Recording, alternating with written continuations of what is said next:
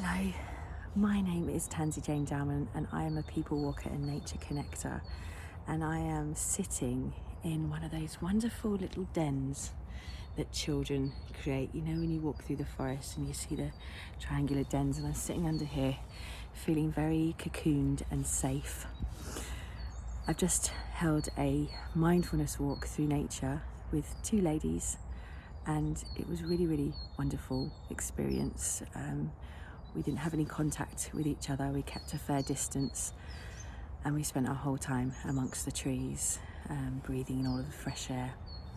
And my focus really for this walk, given the time that we're in, was, how do we stay grounded? And I do often say that to people, I hope that you're staying grounded, and it made me think, well, actually, what does that mean? What does grounded mean? Some people may not be familiar with that term, because actually, well, we're always walking on the ground. Our feet are always touching the ground, apart from when we're lying in bed. So what does that mean? What does being grounded mean? And I thought about it and I thought, well, actually, it might be easier to think about what is not being grounded. And when we're not grounded, we are completely up in here. We are disconnected from our bodies and from the present moment, because we are kind of really consumed by what is going on up here. So we are up in our head instead of being grounded down in our bodies.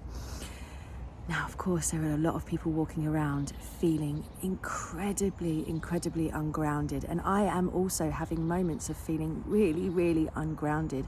My mind is wanting to create these fantastic movies in my mind. And so I am seeking ways to stay grounded. So what are some of the things that we can do to be grounded? Well, obviously, my first one that I'm going to say to you, no brainer for me, is being out in nature, walking out in nature, because the energy of nature is nothing but grounded. It's earthy, it's connected. The trees are really strong, they're really rooted, they're really connected. So without even having to try to be grounded, you walk out in nature and you feel grounded. You can pay attention to your surroundings and sort of come into alignment with the trees and the energy of nature. So that's one. But of course, at the moment, not everybody can get out in nature, and not everybody can go even to the park. So what can you do at home to get you grounded? Well, breathing, simple, effective breathing will help you to be grounded, because it will bring your attention back down into your body. So you may want to focus on your breathing. Putting your hands on your belly will really help as well, because it helps you to ensure that you get that really low, full breath from your belly. We're all breathing a lot from up here. I know I was the other day. I felt very tight in my chest, and I suddenly realized, hang on a minute, if I breathe from my belly, I could take this really lovely long breath. So breathing into your belly, and you might want to try to count in for 4, out for 4, and do that long, steady breath in and out for count. So that's another one, breathing, because breathing brings your attention to your body. Movement at home as well, something that again gets you really aware, coming back into your body. So yoga is fantastic. Dancing at home. If you've got kids at home, even just shaking your body from it. Put on one of your kids' favourite tracks, I don't know, what is it, Gangnam Style or something, so that you can just go berserk in the house for a couple of minutes. And shaking your body brings you really back into your body.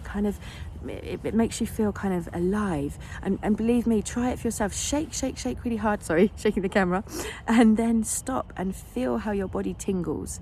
And that is really kind of bringing life back into your body. It brings your awareness and it grounds you down.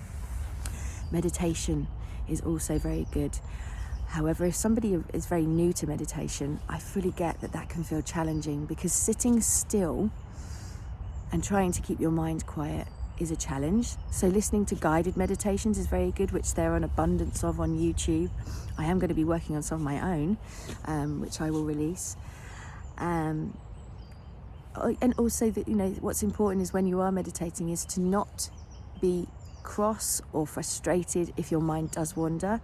I've said this before, I liken it to training a puppy to sit. And the puppy doesn't want to sit. The puppy's going to keep wanting to get up. And you just gently bring the puppy and gently ask it to sit again. You keep repeating it up. So when the mind wants to keep wandering, just go, caught you, I'm going to bring you back. So meditation, I'm trying to think, anything else that helps you to switch off from your mind, be it colouring in, adult colouring in, puzzles, things like that. They are all things that are going to help you to stay grounded and stay in the present moment.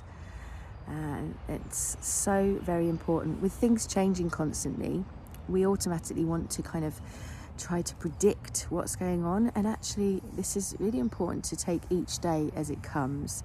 And the more you can ground yourself, the more you can keep coming back to the present moment, the easier it will feel to cope with all of this change and uncertainty that we're all going through. But yeah, my biggest one, nature. Either out in the woods, in your garden, even if you have a plant at home that you can really give your attention to and love to and connect with this living, breathing plant in your house, then do try that. But yeah, I'm gonna sit here a while longer, listen to the birds, just be still a while longer. Just give you a little shot around.